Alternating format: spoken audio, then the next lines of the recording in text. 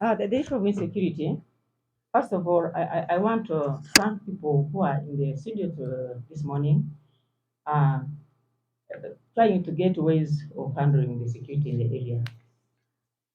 What's the most important is the security of the district, not only of the district, even the country. Entirely depends on all of us as individuals. When we are looking at the site of Kween, the Sabines I have seen, they want to actually keep talking. I want to see Kween in action. Most of the insecurity is happening in our homes. And what we would like to have, I had someone talking about the collaborators. Yes. These are collaborators are actually Sabines. And people here, if you can tell the truth, you must be knowing these collaborators. So why are we protecting these collaborators? First of all, last week we arrested the LC chairperson of ILA. This is someone called, I think, Chebe or something. This person has a bar. He keep drinking and he keeps these people around, knowing very well that they're actually wrong people. In the midnight, or I think past midnight, these people went and stole goats from one lady called Irene. I don't know the other name, but those people who stay down there, they know her. How now are you coming out to say what is insecurity? Is the insecurity the number of soldiers around, or insecurity the Sabini themselves? Can we come down and put on table why we are causing insecurity for ourselves? In this dilemma of bringing the president into the picture that he's not doing his work and the soldiers are not doing their work, this is completely wrong. There's nothing the soldiers have not done. As we talk, we actually put there are a lot of the number of soldiers in the ground are enough. We have the army, we have the ASTRO. We actually upped up their work, their numbers recently to make sure we keep the patrols. But you can imagine these are people who are drinking, they are surveying, doing all the best they can. Instead of telling them to go home, we actually put a curfew down there to curtail people moving. But you can imagine the LC who has the responsibility of keeping the security of the area, he's the cause of the insecurity. How are we going to do this? We must all come out and say no to security. Let us identify these collaborators. For instance, this boy, this chairman was arrested with another young boy. He's called Fred. Fred has another name. We have that one in custody. What I hear is that the man was complaining. The chairman, he was also in custody down there in the barracks. If you are someone who is doing uh, a job, a duty, who has a duty of security in your area, why do you increase the risks? For instance, this lady now, I'm told, while they were looking for, there is another person who's on the run. That those were three people. Those are the collaborators. Yes, not even this one were the actors now on ground. Yes. I think the chairman is a real collaborator because if you know you are keeping people and you know these are wrong people, then you are a collaborator. You must be dealt with. This other boy is on the run. The one who is in custody is a resident of Kaptoyo, up there, I mean, Kaproron, up there. Yes. Now, what was he doing in Soy to go and steal goats? This one was got red-handed with bicycles, meaning motorcycles, ready to take them off. They were intercepted, arrested. And now, instead of people saying that, say now, this is now chairman, this is now chairman. Chairman what? I want to request the Kween people, these the Sabines, please do not support any of these collaborators. If they are the leaders and we have arrested them, you keep quiet. Let us have them and have them prosecuted. Don't say that the people are doing nothing. There is no doing nothing. We are actually on ground. I heard someone here was saying that I can do something. I cannot do something alone. Please let us do these things together. When we are looking at blaming, let's not have a blame game. Let us have a united effort where all of us can actually achieve results when we are looking at it. I want to bring this to the attention of the Sabines. Don't sit in your homes and say LC5 go and work is not working. Honorable MPs are not working. You very well know the MPs' mandate. Their duty is to legislate. Their duty is to make sure you get views from you. Now, instead of complaining, make your documents, bring out your views, send, give them the MPs. I have seen, even here, by the way, like some of these are social responsibilities. Like when someone dies, really, we all were supposed to go together and support the family and do what. But when an MP is not around, it becomes an issue. Eh? Yesterday, I saw, for the first time, actually, I met a honorable woman MP. And by the time I came in, she wasn't around, but she told us she had been among the other committees that had gone to the US. But they are always on phone, send messages. You don't have to condemn. You selected these people to go to the parliament and legislate for you.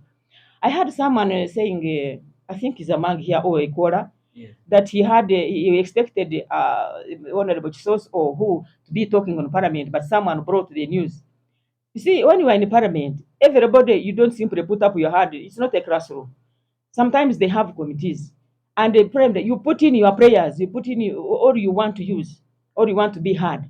And sometimes one person is actually tasked, yes, to give all the views. Actually, I have an audio here. I can put it on. Yes.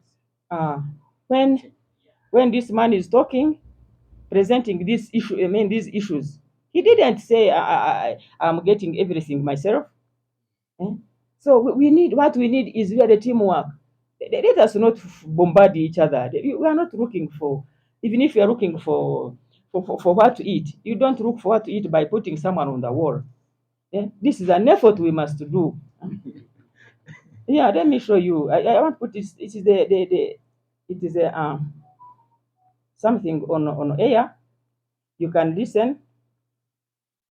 Your Excellency, finally, before I invite you, my office has received concern from the honorable members of parliament from Acholi, the districts of Kitgum, Pader, Agago, from the honorable members of parliament from Lango, from the districts of Otuke and Aleptong, where I represent, from the honorable members of parliament from Sebei, from the district of Kween, and from the honorable members from two districts in Karamoja is on the rise. They have requested that Your Excellency, as Commander-in-Chief of the Armed Forces, as Chairperson of the National Security Council, as Chairperson of the UPDF High Command, and a renowned revolutionary and a pacifier of the region and beyond, their humble request is that we find a decisive solution to this vice and to this challenge. Can someone tell me that when MPs are not working, that they didn't talk? You hear how it is being presented. Not everybody is going to stand on the floor of parliament, especially when the time is limited. Like now, they were in caucus. So you can hear all members actually presented. And actually, Honorable Kisos was inside. And Honorable Winnie, meaning Emma, was inside. We had Honorable Kisos, because we had an appointment. We had a prearranged program with UNRA concerning the roads, the road networks in Kween. So we had him in a meeting in Mbari. So will you tell me that honorable members of parliament in Kween are not working? Please, sometimes before you go on air to castigate anybody, first be informed, follow up. I want to listen also, give you an audio for the excellency, because he was personally there. You heard how Honorable Bua was talking. Madam RDC. First wait. The issue of the cattle rustlers. Only yesterday, I had a meeting with the army commanders involved. We discussed. I'm going to meet them again next week. But that problem is definitely solvable. There are gaps which people continue creating because yet it creates problems for our ordinary people. Don't have to waste time running up and down endlessly. It is easier to solve that problem decisively. It's not such a big issue. It is really a problem of command, and it will be sorted out. But one of them told me something that I thought was already being handled. They told me that the issue of providing more dams in Karamoja, issue of the dams with the guns, there's no comparison. I normally see the Maasai in Kenya and Tanzania, they're always moving up and down, but they don't move with guns. So, but I may have to come and spend quite some time in that area so that I supervise that work myself. This ritual program. Okay. So thank you. You have listened. You have heard. So the gaps we have here: one, collaborators. Let us come out and address these gaps. Let us work together. I know you know them. If you are fearing being known that you are giving them out, you come to my office. Individually, we shall talk. The next gap we have, they are talking. Someone is talking that there should be roadblocks. You know, when you are coming down in Chepskunya, there is a roadblock. Last week, we I think some lorries were intercepted and kept at the barracks.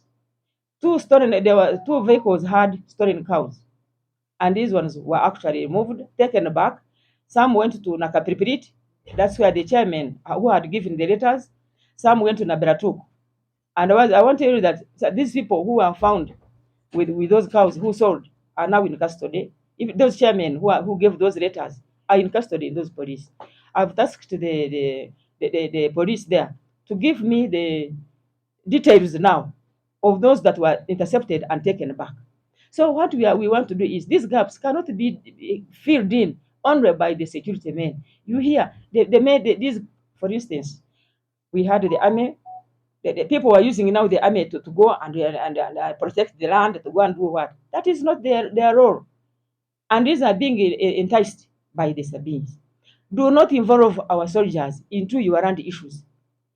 Currently, we have a case down where land grabbing is an issue. And this land grabbing, is it done by the Karamajong? This is done by the Sabines. We have security personnel involved. I already have three identified. I kept one in sales. Actually, released him on bond during Easter times because we are having other investigations we are following. For us, we are not going to stand anybody using security as to spearhead land grabbing. This one, I want you, all of us. Me, I don't know anybody of you. Come and tell me, give me the land grabbers. We shall follow them one by one. So security of Kween specifically stands on all of us. Let us not bring chairman. They say throw it over to the LC5, throw it over to the MPs. Let us embrace it as Sabines. That's how we are going to handle. The other gap we are looking at, they are actually those two collaborators and those. Now, for instance, as a chairperson, I want this chairperson to come to my office when we come back from Chankwazi. I will ask the GISO to bring him over. I understand he's out now on bail, trying to find out how they can connect on bond, how they can connect him but he's out now threatening this lady. As a chairperson, how can you threaten someone whose cows were stolen and you knew people who stole them were from your back? So is this now the lack of intelligence?